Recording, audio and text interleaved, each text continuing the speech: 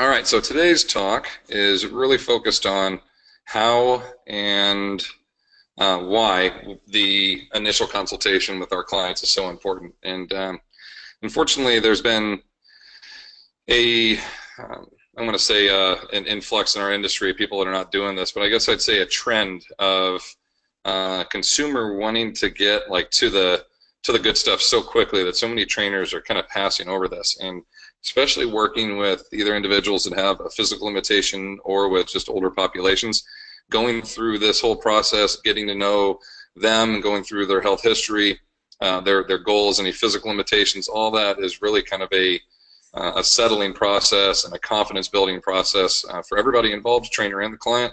And it's just severely underutilized, and there's not a whole lot of attention put on it. So that's going to be a big chunk of what we're going to talk about, and as well as how important some of the information that you're going to get from your client in this session is. And I'll give you a really good example of how I did a very poor job of that, and I had to go back and learn my whole process all over again. So a couple quick housekeeping notes here.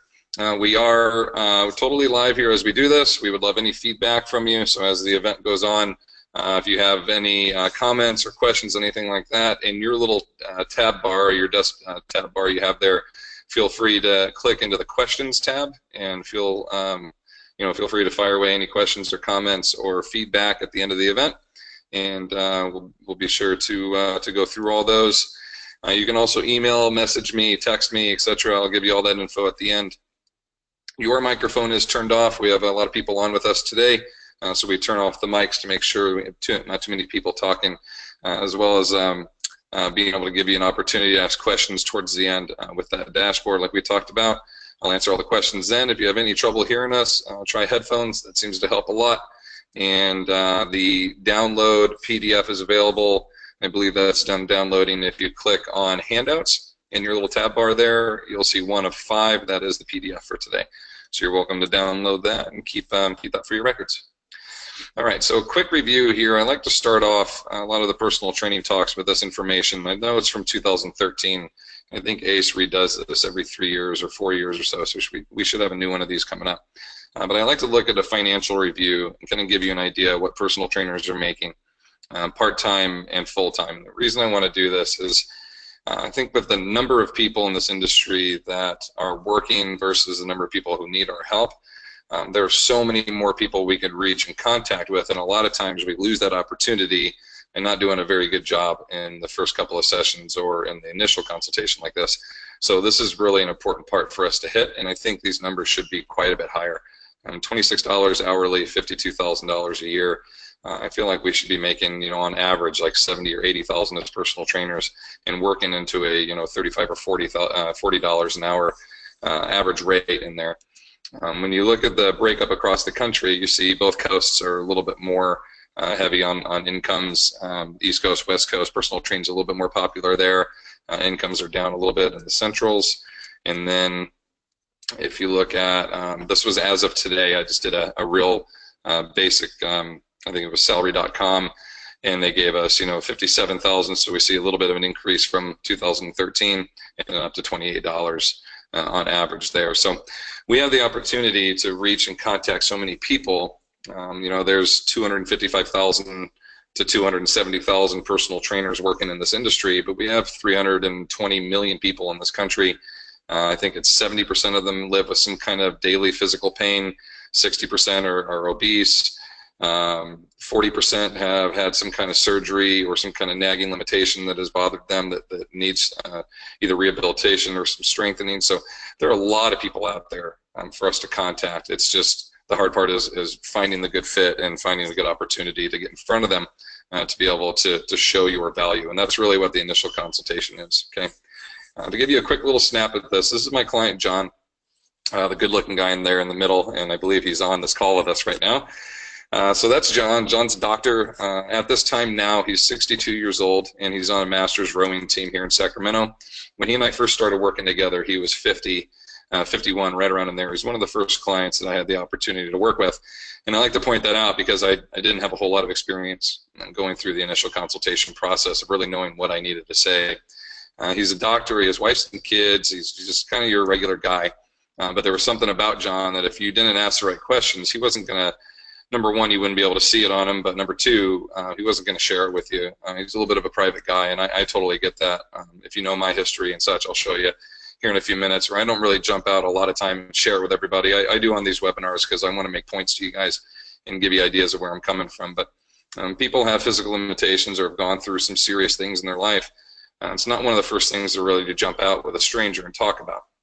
So there needs to be an opportunity for you to get face to face, and you need to be able to instill, confidence and a calmness and a consistency in the way you deliver and handle yourself that allows the client to feel comfortable to come out with that kind of information. I totally off the cuff had no idea this lady was coming in today. Just 30 minutes ago, just walked in here. And I was finishing a group, and I was a little frantic, and I knew I had this webinar coming up, and so my wife was in here, my daughter was in here, I was finishing a group, I was kind of running all over, and she walked in and wanted to do, wanted to get some basic information and do like a little impromptu talk, and not wanting to turn her away, I started talking and answering questions, and about halfway through, she goes, I saw people outside pulling sleds and, throwing med balls, and I totally thought this was the wrong place for me. But after sitting here and talking to you about this, you have a nice way about you, and I feel confident this could be a good fit for me. And so that was with all this chaos going around us, and we were just standing here in the middle of a room that was all, ripped apart from people training in it all day as I was trying to clean up and such, and was able to still kind of deliver that feeling to her. That's something that we want to always be able to deliver. And like I was saying earlier, a lot of people don't, they don't really place an emphasis on this. So with reserved people like John, or with anybody really in general, you need to ask the right questions. And so what I asked John was, do you have any physical limitations? And he answered back, no. But I didn't add that currently part in there. So John had cancer, very serious cancer. He almost died from it.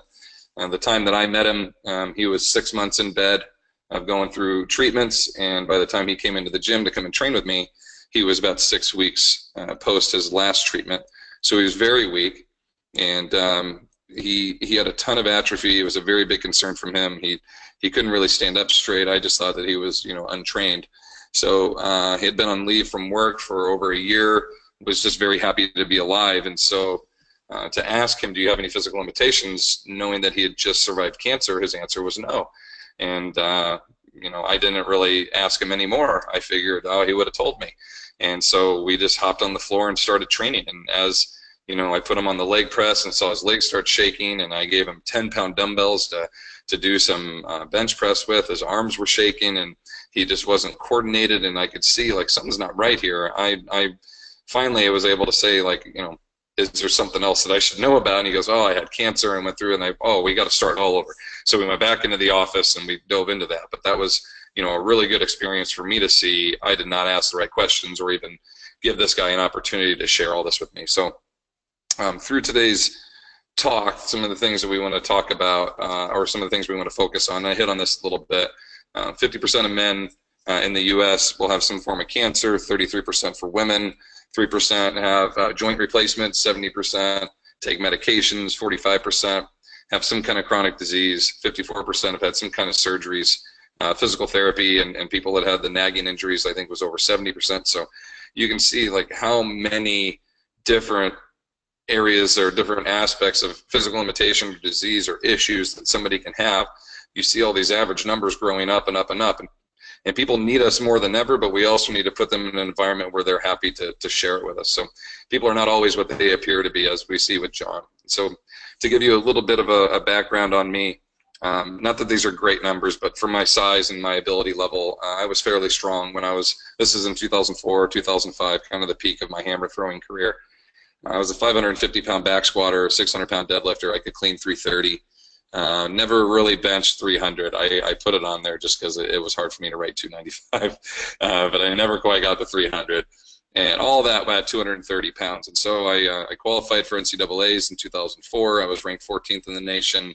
I graduated in 05 from Sacramento State with a degree in kinesiology, and immediately signed a agreement with Reebok to pursue and try to make the 2008 Olympic Games. And so at NCAA championships, Lance Deal, who is kind of the Michael Jordan of hammer throwing, came up and shook my hand and told me that I was enjoyable to watch. He enjoyed watching me compete, and that he thinks America had found its next 70-meter thrower, which I was a 64-meter thrower at the time.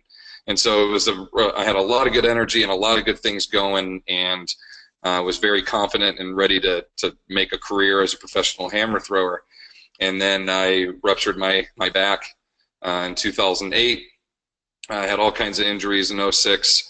Herniated discs. I hurt myself multiple times when I was deadlifting and had to rehab a bunch of times. In 08, I finally gave out. That was my big push to try to make an Olympic team, and I totally ruptured a disc in my back in the middle of a squatting session. We were in a brand new gym with brand new plates, and I just could not, for the life of me, think about dropping these plates on the floor. So after I went down in a squat and felt my disc rupture, I forced myself back up with these plates and ended up on the ground for the next 90 minutes. Trying to get somebody's attention to come and help me. In 2009, I had a carcinoid tumor discovered in my lung cancer, and had that removed. Massive surgery for that. I had thyroid cancer less than a year later. I had that removed. And then in 2014, all my hip issues started coming up. I had surgeries, arthroscopies, a couple of them to fix up my hips, and a couple of cysts in my wrists that were ruptured and removed. In 2016, ended up having hip replacements. In 16, I had my right hip done in April, and then my left hip again in August, and 2 days after that surgery it dislocated. And so as Alan Cosgrove always says, I don't tell you these things to impress you, like how jacked up I am. These are all learning experiences for me, but you wouldn't see it if you were just talking to me. 2 years ago at the national conference, I was in a wheelchair, and this year I'm up walking around looking normal. And so you wouldn't really notice that unless you knew my history. If we went down and sat down and we're having a conversation, I don't think anybody would really think that any of these types of things have happened and that I'd gone through.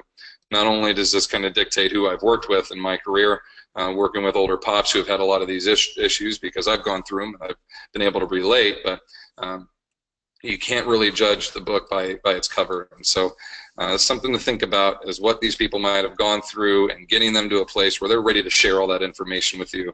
It can be really challenging. This is something I like to throw in here. Notice John is on the cover of the pamphlet that I got for my joint replacement surgery, and that's what I had, was joint replacement. John and I had like a 4 or 5 year hiatus where he wasn't training with me when we moved into our new location. He's been back with me for almost a year now. And I was handed the pamphlet with his face on there, and that's what actually got us back together. I called to tell him that was on there, and we ended up started training again together. But I found that kind of ironic that the story that I use, the example that I use, is the guy that was on the cover of my hip replacement. So anyway, I wanted to give you an idea. Again, it's just to kind of show you a lot of the issues that people are going to deal with, and we're not going to really see them all the time unless they tell us, okay?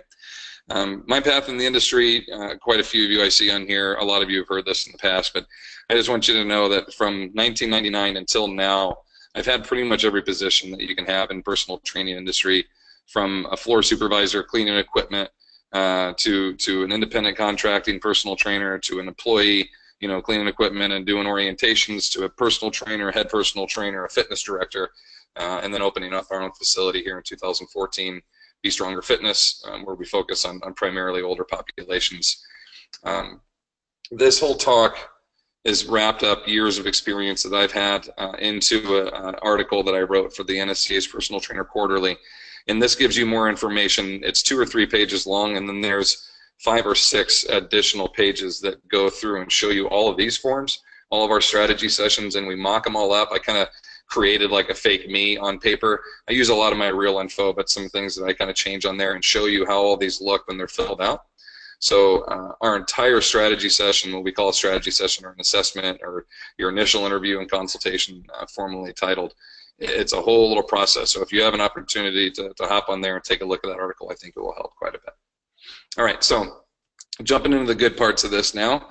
We got about 45, 50 minutes. We'll dive into this. The 5 most important questions that we're going to ask these clients. The first one is the big one. Does anything hurt? This is usually the very first thing that's going to jump out. Any medications that they take, any surgeries that they've had, any physical limitations, though we've asked that on a couple of these other ones. I'll tell you why we do this and what it can kind of lead to. And then what athletic hobbies do you have? Those 5 things are going to tell us more about a client than just number 1. Those questions will answer. It'll give us leads into a lot other things. Other key components, how did you hear about us? We always like to know that. Though this is a talk about consultations, we do like to get feedback from our clients to know what marketing components we're using or we're offering out there that are working. Are they just, they happen to be driving by and they saw our sign? That shows us that our sign is big enough for people to see. If it's a referral, who told us? If they saw us on Facebook, you know, what was it, and so on. So we know what's working. We love their date of birth, because I like to be able to put an emphasis on, you know, when their birth date is up. If it's something that I can work into like repetitions for a scheme, you know, if someone's turning 50, we'll do you know, 50 pulls on the rower as part of our warm-up or something along those lines, just to kind of tease and give an emphasis on their birthday. We draw balloons on the board and we give them a card on occasion if it's, you know, a special one. We celebrate more training birthdays than we do actual birthdays, like how many years they've been training with us. So we put that in there a lot. Today's strategy session date, but notice the one next to it where it says the original start date. When we reassess our clients, we go back through our training programs with them. We accomplish a goal. We want to go through and say, like, what's next? What's the next thing we're going to pursue? We fill out another one of these with them, even though it might just be, you know, from the does anything hurt down component, because we know all the other stuff about them. We like to look back and see, you know, this is 5 or 6 strategy session forms now that we've filled out over the last 4 or 5 years that we've been training. The original start date was back on, you know, January 3rd, 2010, and so we can see over the last, you know, 7 years, look how far you've come. Here were your measurements if we did those. These were your PRs if we did those. Your goals originally were to, you know, to accomplish these things. We've doubled that, you know. So you want to be able to look back and show them like where they started at, and then where, you know, you've gone to or where you're going to go to. This is one that we, you know, as simple as it seems, I think a lot of people don't really do. We didn't do this until about 3 years ago, having an emergency contact on there. When you're in a country club or an environment where there's people everywhere, it feels like this is a little bit less of an emphasis because you have so many people there. But if you're in a studio like we are, our foot traffic is low and we're bringing people in for specific reasons, and typically there's 2 or 3 or 4 of them in a group. In some cases we're doing one-on-one, and if somebody goes down, we don't exactly have great opportunities other than calling 911 to get a hold of their people. So you want to have an emergency contact component where you can know who you're calling and how to get a hold of them, and to let them know what's happening if something's going on with a family member or a friend of theirs. Another big piece of this is the goal and or goals. We want to make sure that these goals are as measurable as you can possibly get. So we're going to dive into that a little bit more here in a few minutes and give you some good examples of those. And then suggested training schedule, I'd like to get an idea of what, you know, what ideals times are our clients looking at, what ideal days and such are they available, and then I'll talk to you about our floating schedule a little bit and how we find the right fit of style of training for the client necessarily based on the time that they want to come in. All right, so this is probably one of the more or the most important question we're going to ask. This is usually what, if it's a physical limitation that brings someone to us, this is usually the thing that comes up first. So tell me what hurts, and they come out with, you know, I have a bad back, or, you know, I have this knee that I keep twisting, or a banged up shoulder, or whatever the issue is. And that's usually the first thing that jumps out, okay? So we start talking about the back. We let them basically just kind of throw up all that information. I want to hear the whole story. And it's as simple as, I want you to treat it as like a newspaper interview or an interview you're doing on TV, where we want to ask the question and then just kind of wait for the answer, and then we can guide that as we go along. So tell me about that back injury.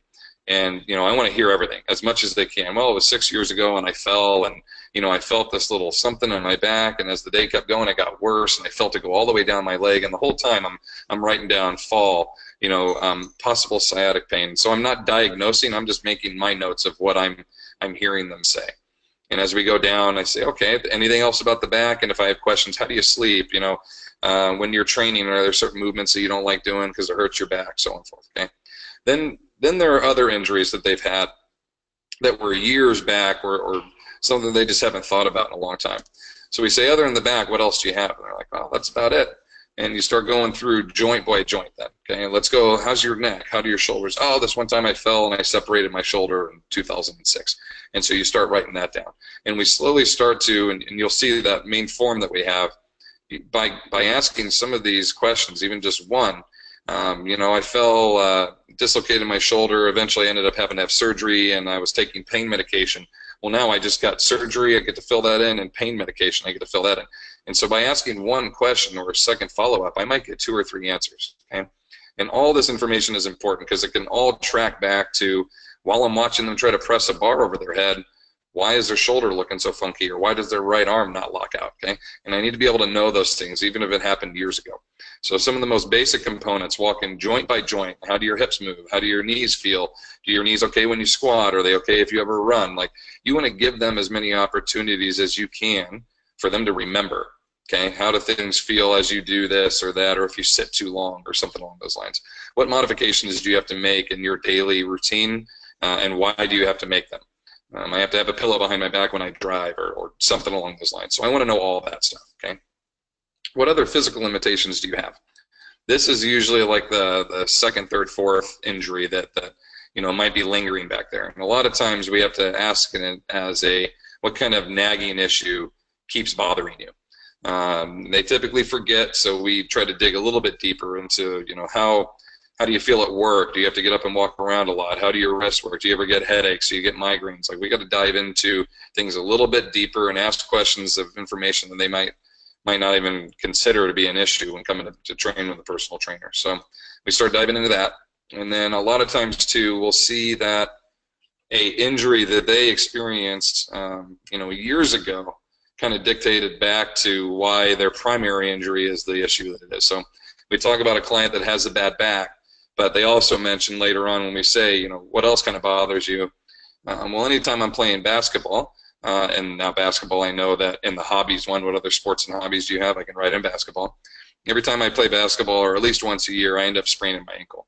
And so if we know that's been happening for years, he's probably compensating or has a weak ankle that's led him to favor off of that ankle that we know has kind of shifted the mechanics of the body all the way up to where his hips probably aren't staying level, and it's exposing an opportunity in his back to be hurt. And though this might be, fairly advanced for personal trainers to think, or we might need the help of a physical therapist to diagnose, as we get to work with more and more people, we start to see some of these patterns. So I like to say that the scope of practice for the personal trainer, we have the ability to assess a client, build a program, teach it to them. Those are the basics. But beyond that, we have this gray area that we can learn how to do things, how to recognize different injuries, and how to help people get strong and work their way through that.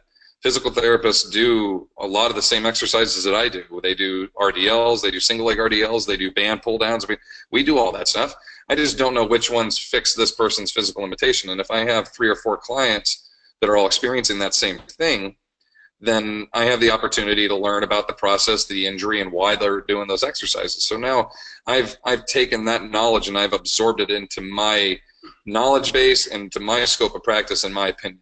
And so now I feel confident and comfortable at least working with the physical therapist on doing those, if not being able to assist clients moving forward with those limitations. So that's the idea. Is I don't want you to start looking at people and say, I'm going to diagnose this injury they had years ago, or I can see where this is coming. This is all accumulative knowledge that you're going to build and you're going to gather as you come along with people.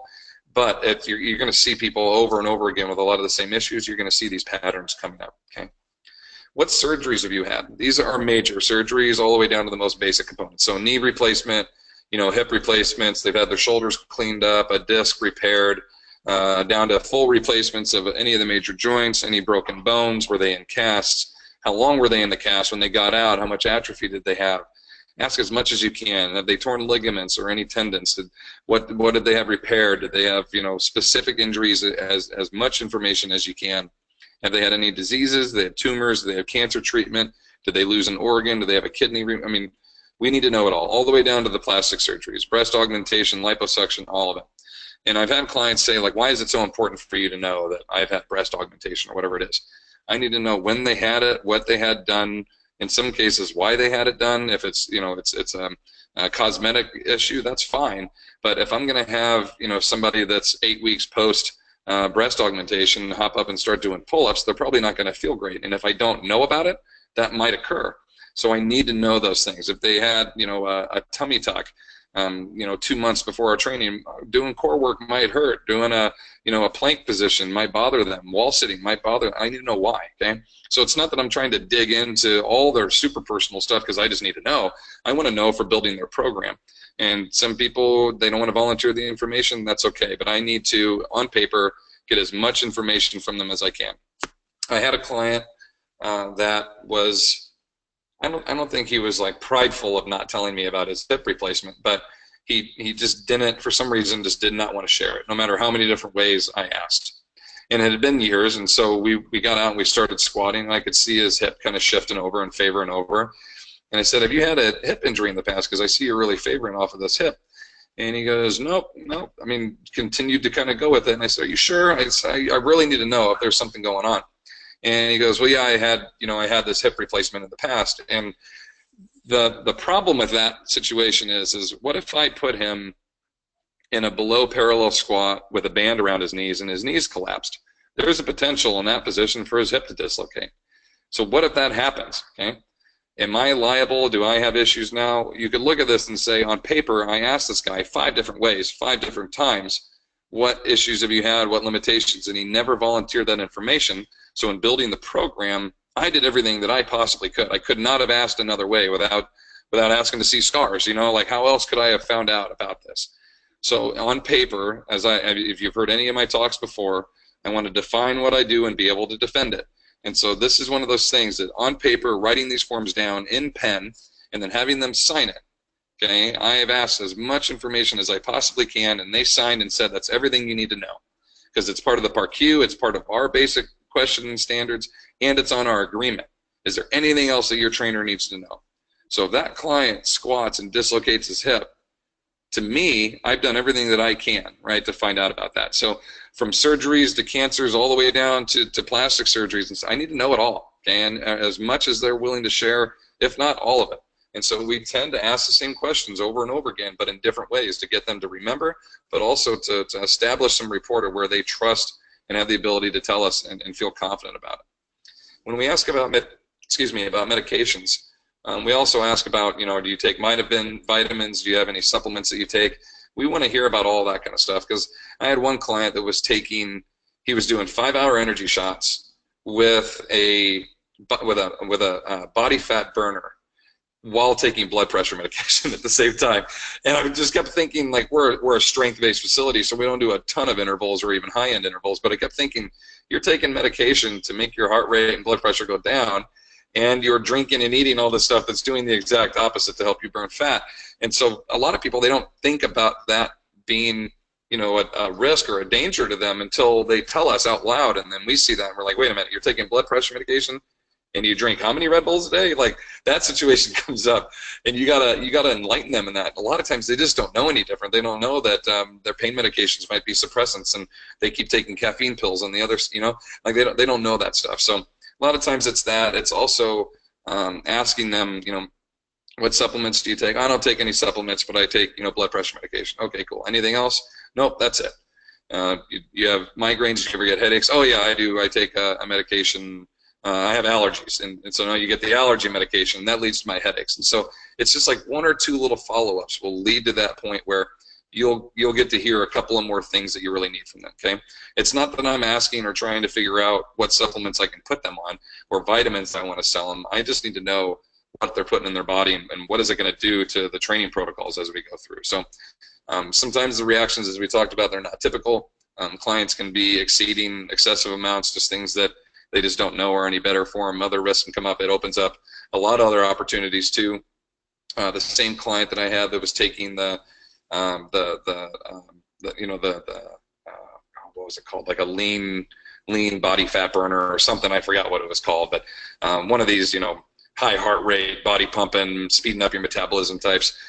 He also on the other side had an eating issue where he wasn't eating but maybe once or twice a day. And as we kind of discussed further into this, we started to get more, and we saw what the real reason he was coming in for was to get help on that, was to try to build musculature of his body. But he needed, this was the cry for help in that sense. So a lot of times it's 1 or 2 questions that will really kind of dive deeper into this. When we ask about their goals, we talked about them being measurable. So you've seen this SMART before. I think it's in the NSCA's textbook along with every other certifying agency out there. We want them to be specific. We want to be as measurable as we can. We want them to be very achievable or attainable in a long term. So if we have somebody that's, I want to run CIM, the California International Marathon, in 2 years. That's an achievable goal. It's going to take some time, but between then we can have 4 or 5 goal cycles to help us get there. So we need a big goal. It's achievable and attainable in a time frame that we're putting together. That's good. We want it to be, you know, relevant to what their goal is, to make sure it's in line with what they're pursuing, and then having a good time base that they're not trying to lose, you know, 30 pounds of fat in 1 month or something along those lines that, you know, it's not terribly realistic for them. Okay, so we can look at those. We want to make sure that when we're going through this, that we are going to take a goal in their terms or in their verbiage, and we're going to flip it and kind of switch it into our language. Okay, so if a client says, I want to lose weight, I joke and I say, not to the client, but you could just not drink water for 2 days and lose weight, right? I mean, we see wrestlers and fighters do that. What they really mean is they want to lose body fat. And so I ask them to define that. When you say lose weight, what do you really mean? I want to get leaner. I'd like to see my abs. I'm like, okay, so you want to lose body fat. And going through their body measurements and going through, you know, looking at their BMI if we need to do that, we'll be able to see, like, okay, 10 pounds is a reasonable goal. How quickly do you want to do that, or what event do you have coming up that's going to help you with that? A lot of times they're culminating events. I have a reunion, my kid's going away to school, I want to, you know, look good, or I have one client right now, his son's coming back from playing pro baseball, and when he comes back, he wants to be bigger and more muscular so he can go work out with him in the gym. Like, sometimes they have these culminating events that are time based on something they want to go do or something they want to achieve. Okay, young kid comes in, football player, I want to get bigger.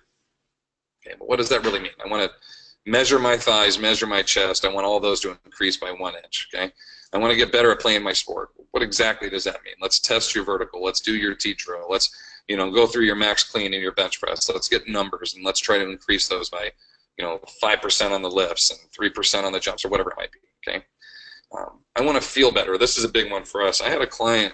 I don't do in-home training anymore, but I did it at one point, and specifically for this client, I had a client that had a stimulation issue. If he was stimulated by too much light, too much noise, or too many people around him, he would get headaches, he would feel sick, he would vomit, he would have these reactions.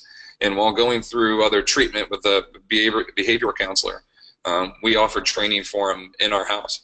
And I closed all the lights, and I'd bring him into the house, and we'd have no music, and my wife would go upstairs, and we would just train in a quiet, you know, silent environment. And when he would come in, I would ask him how he feels, you know, on a rated perceived exertion or a rated perceived feeling scale. We did a 1 to 10. And I would say, how do you feel? And he'd say, I'm a 3. And we'd do our training, and we would, you know, kind of progress. In the beginning, it was real basic stuff, just a lot of floor-based activities and some real basic body weight stuff. And by the time he would leave, he'd be a 4 or 5. And as sessions kept going, he started coming in as, instead of a 3, he'd come in as a 5, and he'd leave instead of a 5 as a 7. And so once we got to a point where he was leaving at like 8s and 9s, we started introducing more stimulants. I started opening the blinds, and I still got the same results. I started, you know, asking my wife to come down during the session and be a little bit more involved, and I still got the same high results. And eventually we got to a point where I said, hey, let's try going to the gym, and let's see how you do. And so we got to the gym, we closed down, you know, turned off all the lights, nobody else was in there, and we just started over the process in the gym. And eventually we got to a point where he would come in as like an 8 or a 9 and leave as a 9 or a 10, and was capable of doing, you know, everything and anything I asked him to do, from bear crawls and cleans to chin-ups and med ball throws. He could do it all. And between his counselor and myself and the support he had at home, we, you know, he was able to rebuild not a physical goal, but a feeling-based goal, how he felt about himself. And we saw all these other goals come along, but this was his intention and his main focus. So the client comes in, long story short of that, and they just say, I just want to feel better. How are you going to measure that? And what's going to be a success? You can't throw you know, a tape around his thighs and say, you increase 2 inches, do you feel better? Like, there's got to be something that's specific for that client that is measurable from a day-to-day to see what we're doing, is that working, right? So different areas to put your goals together. And the one last one that I really like to ask is, what are your athletic hobbies? I remember Rachel Cosgrove talking about a trainer that she either heard or had heard about, where a 400-pound client came in, and the trainer just said, you know, obviously you haven't been exercising. What, you know, this is the style of training we're going to put you through, or something along those lines. And the client said, actually, I've lost 100 pounds. I used to weigh 500 pounds, and now I'm 400. And I figured I would step things up by coming to a trainer. And they basically kind of blew their chance by insulting and assuming that they weren't, you know, really doing anything, that they were out of shape because they were the size that they are. And so we always want to assume that our clients are currently training or trying to, or they're currently doing something. So when we say, what are your athletic hobbies? I want to know it all. Do you golf? Do you walk? Do you ride? Do you lift? Do you go to yoga? Whatever it is. And in a lot of cases, they'll say, well, I don't really have any. I used to play golf. And I say, well, why don't you golf anymore? Well, since I hurt my back. And then I go back up to pain, and I look, does anything hurt? Nothing about back. Surgeries, nothing about back. Past physical limitations, nothing about back. So what about your back? Well, I throw my back out on occasion. It's been happening for years, and every time I golf, I always seem to hurt it. So now we look at this and we see another injury that is there, and then on top of that, do you want to be able to golf again? Well, yeah, I'd love to. Well, now here's one of our new goals. Let's put that into the goal training program. Is let's have an emphasis and an encouragement to get you to the ability to play golf again without hurting your back. So now we're reducing pain. We found another physical limitation. We found a new goal, and we found a new motivator to give them on a day-to-day basis. Like we have a Golf Strong program here, where our clients that are golfers that are kind of in season right now, they do a base strength component every day, and then they have their area of expertise, like their focus is on golf training, and we have a focus for them on that. Well, I wouldn't have known that about this client had we not asked, right? So I used to be on the rowing team in college, and I kept hurting my shoulder, but it just bugs me so much now I can't do it. Well, what kind of training goals do you have? I don't have any. Well, do you have any desires to want to be a rower again? There are rec teams all over around here. Yeah, that'd be great. Well, then let's work on that shoulder and try to get it stronger to the point where we can get you, back to the rowing team. So a lot of times it's really not what they currently do. It's what they used to be able to do or what they can't do anymore because they've injured themselves. So these are all great ways of getting somebody to think back, to turn back their hands of time, if you will, and try to think about all the things that have bugged them, that have messed them up in the past, and that have kind of left the body of work that you have to work with moving forward, and also answering a lot of the other questions that you typically don't get in does anything bug you? Is there anything I need to know about? Okay, sign the liability form and let's go. Okay, so here's a little mock-up of how something like this goes. This is the client, Steve. I call him Steve-O. And I start off by asking Steve, does anything hurt? And he goes, well, I have this right knee meniscus issue. 2013, I really hurt myself. Is there anything else? Nope, that's it. Okay. What other physical limitations do you have? Anything that bugs you when you sit or squat or press your arms over your head? Well, getting out of my truck hurts. It hurts that knee. And I'm like, okay, that makes sense where your meniscus issue is. Yeah. Doing deep squats kind of hurts my back, though. And that hurts my knee as well. Like, okay, I get that. So lower back pain, we got to put that back. How does your lower back get hurt? Oh, I fell off a bike in 1994. Oh, gotcha. Does it still bug you? Only when I'm, deep squatting and anything like that. Okay. Anything else? Nope, that's it. All right. Have you had any surgeries? Well, I had the meniscus repair on my left knee in 1999. I'm like, wait a minute, you left knee? You talked about up here as your right knee with your meniscus surgery. Well, yeah, I had my left one done too. I had a lawnmower accident. I tripped and it hurt me. I'm like, okay. I had my appendix removed in 1984. Nothing else? Nope, that's it. Okay, you can't think of anything else that's hurting you. No, that's about it. All right, do you take any medications? I have anti-inflammatories for my back.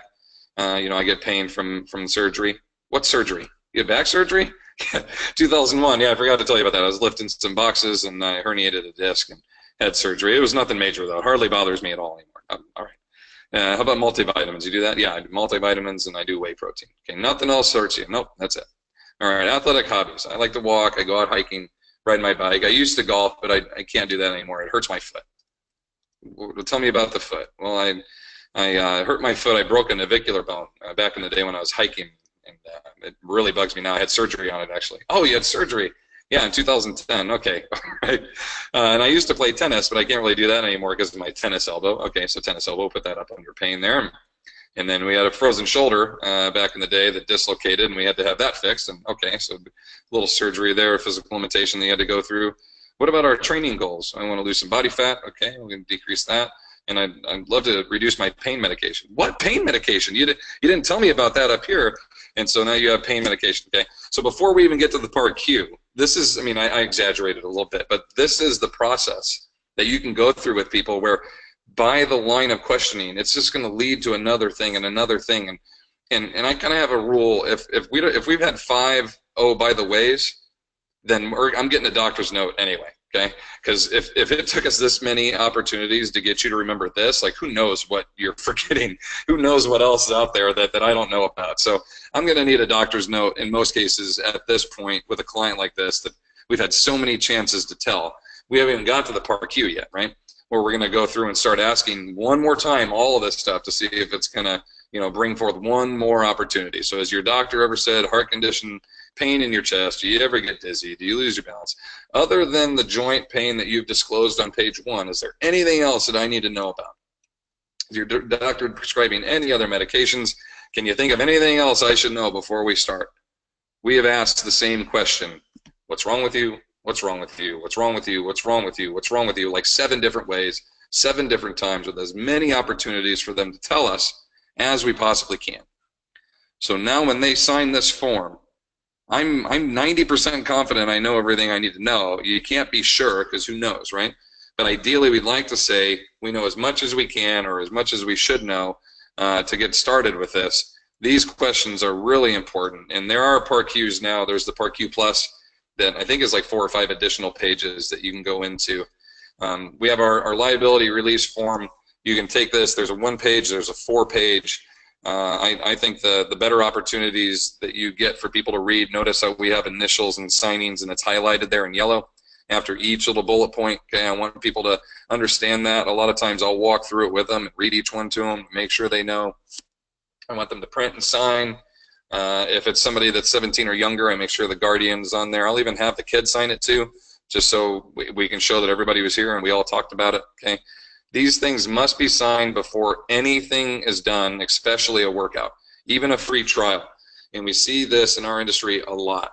Client comes in, says they're interested in training. Client will either have them sign the liability form and throw them into a workout, or just throw them into a workout and say, yeah, let's try it out. And though we have many business coaches that they like the idea of get the client when they want to buy. I don't train anyone on the first day that I meet with them. No, nobody.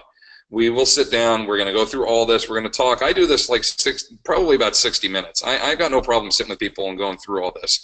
And to not charge somebody for it, that's my choice. I know other trainers do it and so on. That's totally fine. That's on you guys if you decide to do it. I like the Costco approach. I want people to come in. I want you to see that I have this package deal of all this great stuff that you're going to invest in. You can't just buy one. You got to buy all of it. And if you want to invest in it and do that, then I want you to go to the end of the aisle and I want you to go to the guy with the funny hat and you're going to try a sample of it. Okay? And I want you to go through and I want you to read about it and I want you to try it and see if it's a good fit for you. And then if that's the case, then invest and buy the big package of it. But I don't want to just sell you one session. I don't want you to come once a week. I want you to come at least twice a week. I want you to give me a month minimum. Like, I want people that are willing to invest.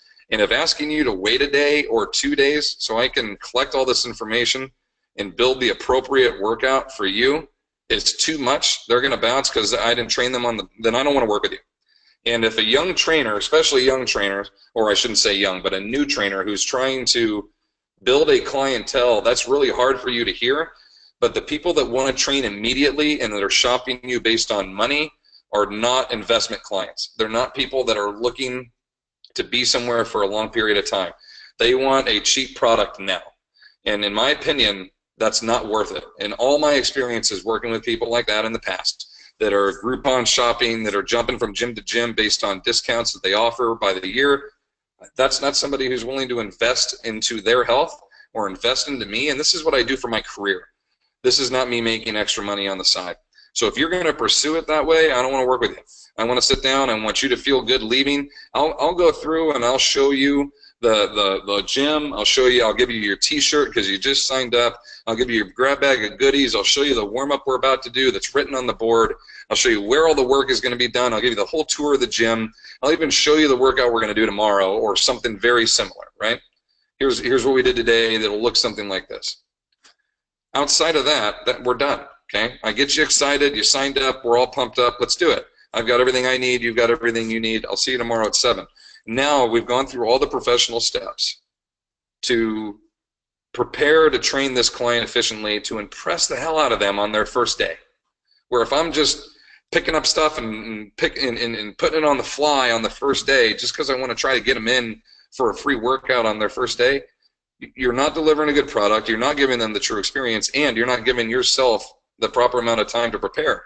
So really, that's not what any of us want. So why do we do that? It's just something that our industry like insists on, right? So I encourage you, borderline beg you to not do that, because you're not doing your due diligence professionally, but you're not delivering the product that is truly you. Okay. Now I have other coaches out there that they're like appalled that I tell people to do that. But I think, in my professional opinion, of working with other pro trainers, I think that's the way to go. I think it's the most appropriate and efficient way to go. Okay. And my toolbox, or my rant there, excuse me. All right, so moving on. Other forms that you can use, there are a lot of these. I mean, you have health history forms that go all the way back into, you know, all their medications, all their physical limitations, all the way back with the doctor's notes. You also have health history forms where it goes into grandma and grandpa and all their, you know, their past history issues and all that. You're welcome to do those. More medical history, if they've had surgeries, what physical therapy did they did, how long did they do it, what medications are they taking, were they taking, and so on. All that stuff is always good to have if you'd like to do it. Again, all this is optional, in my opinion, up to, you know, what we have covered at this point. Past activity forms, if they've done any exercising in the past, what have they done, what type, did they keep any records? I'd love to see it. What kind of weights were they doing? I want to just get to know, you know, if you want to do a diet log with them. I know nutrition is a very hot topic. I'm a big believer on not discussing that or really offering any nutritional guidance for clients. I don't think that's within our scope. Again, that's a whole nother talk, but we have dietitians and nutritionists that we work with that are much more equipped than I am to do that. We'll provide it for the client with them, but we don't do it ourselves. So, but if we want to collect a log to look at and say, well, it doesn't look like you're eating often enough, or you're not eating enough, or, you know, the time gaps in between, you're starving yourself, or give some basic suggestions, I think you can do that, right? All of these are good options that you can do, but it's all collecting data and getting to know your client as best as you can, okay? Notice the verbiage here, client-trainer agreement. It's not a contract, okay? Notice my type, there isn't anything fine print. Everything is the same font size. Just some things are highlighted in blue or underlined or bold, but it's all the same size. Fine print, I think, scares people. It makes them think, like, what are you trying to hide, right? Like, what is the thing that I should be searching for here? I want to be as clear and as precise with people as I can. Do you have a membership fee? What is it? Do you have a studio fee? What is it? What other services do you offer? Do you do stretching routines? Do you do, you know, program designs? Do you do travel workouts? Do you do mobility menus? Like, whatever it is, list all that on there. And then pricing, I want to be as clear-cut and as simple as I can, and I want to give them two options. Are you doing private or semi-private? Are you doing 45 minutes or an hour? Are you doing 2 days a week? Or are you doing 3 days a week? And that's our focus. Those are the ones that we really look at. None of the options are yes or no. And we have additional, if they want to do 4 days a week, we can do that. If they want to do 1 day a week, I'm not thrilled with it, but I still want them to get in and kind of see what we're doing. You know, I've heard trainers say, like, I won't train anybody once a week. Well, maybe they're just nervous and they don't believe in you yet, so they just want to come in once a week for a month to see if they're ready to make the next jump. Like, who knows? You know, give people a chance. And if I'm all jacked up and I have issues and I don't know anything about you and I'm not trusting you yet, just yet, then maybe I need to come in once a week to really see and develop our relationship. Okay. So once we kind of disclose all that and when we decide which one they want, we just circle this on here. You're, you know, semi-private, twice a week. That's you know, $200, and then your studio fee is, you know, $24.99. So we're looking at, you know, $224.99 a month. We write that up. We give them a 10% discount. We put that on there. We go through these parts here. Number one, you're going to give us 24-hour notice. Okay. I've seen trainers that they allow this to slack. Well, my kid was sick and I couldn't make it. Okay, you let that one go. And then a week or two goes by and I wasn't feeling good and I decided I wasn't going to come in. And then you're like, all right, that one hurt, but I'm going to let that go. And before you know it, this is the pattern now. Every couple, 3, 4 workouts, they start to cancel. Though, if you look at any other profession, lawyers, doctors, chiropractors, anybody else, there's a fee, because if you don't show up, there was somebody else there that wanted the spot. And there are trainers, we have waiting lists for certain slots in our day, where if someone cancels, we're going to drop somebody else in there. So if you don't show up, and I'm not able to charge you for the session that you were going to come into, then now I've lost your income, plus I've lost the income of the person I was going to plug in there because I told them no because I thought you were coming, right? So we have to keep people accountable. That's part of what being a trainer is that we provide direction, we provide motivation, we provide accountability. And the accountability, though many times needs to be motivated by financial investment, then do it. And you got to hold people to it. And I give them one leeway. I give them one little, like, I get it, you weren't feeling good, okay. Now we do a floating schedule where if somebody can't make their, Monday, Wednesday at 8 o'clock, it's Wednesday and they can't make it, I'll be like, how about tomorrow at 8 o'clock? That group works too. Can you fit them? Then I'll just jump it over there. But if we agreed on twice a week and it's 10 minutes before our session and your kid's sick and you can't go to school and you cannot find another time in this week to get in, then I'll either try to get you 3 days next week or I'm charging you for that session. Okay, now if there's an emergency, you had to go to the doctor, or your job shipped you off on a flight in an hour to go handle it, then I get it, right? I understand that. I'm not a jerk about it. But if it's for these little things like, I wasn't feeling great, this and that, it's like I have to keep some accountability to you, right? As soon as we let that ball start rolling, it's just going to roll. So I'm fair about it. I let people know right away. I'm not trying to hide this. It's bold. It's underlined. We talked about it. You're going to sign that we talked about it, right? We need to have that on there. I also want to let them know that we have a schedule, but it can fluctuate. If they need to float around, that's fine. We don't do refunds. If they want to apply it to somebody else or save it, we can do that. We can put things on hold. We do social media marketing. Now, if a client tells me they don't want to have a social media post about them, that's fine, and I make note of that. But what I'm not going to deviate on is I'm doing a video about John, my client. I'm showing a video of him doing a get-up off the floor, and it's the first time he's ever done it, and he's got this bad back, and I'm thrilled. But there's a clip of you in the background putting away dumbbells. I'm not going to blur you out, and we're not going to have issues with that, right? So I'm making it very clear right now that though you don't want a video clip about you or a social media ad about you, that's fine. But if you appear in something or something like that, then you are signing that it is okay. Okay. So I make that clear up front. If people aren't, absolutely not, then we're not here for that. Like, I have to run a business too. And it's not about being a hard ass. It's just about running a business professionally. That this is something that we do. Our business is 99.9% referral based. And I need to be able to share and showcase my clients, the ones that are willing to do that, and they're proud of the efforts they've made. We don't campaign. We don't throw out sales based off of your video. We just highlight what successes we've had. And 90%, 95% of the people we work with, they have no problem with being featured. The other ones, we're like, no problem. We make a note, and we don't have any issues. Okay. So we go through all that. We make it really clear. It's loud. We have them sign it. I don't want anything to come back. I didn't know there was a 24-hour cancellation, right? We make it all very, very upfront. We sign it at the bottom. We do their credit card info, all that stuff. It's simple. Here's our options. Here's what you have. Everything is very clear. We move on. Okay. As we start to kind of close up things with them, we like to keep the mindset of this has to be the most professional experience for them as they come through. From the moment they come in to the moment they leave, we want them to be impressed and want them to be intrigued and want them to leave going, this is the right place and the right person for me, and the philosophy fits. I've had times where I break open my computer and I'm showing people webinars like this, saying this is what we do and this is why we do it.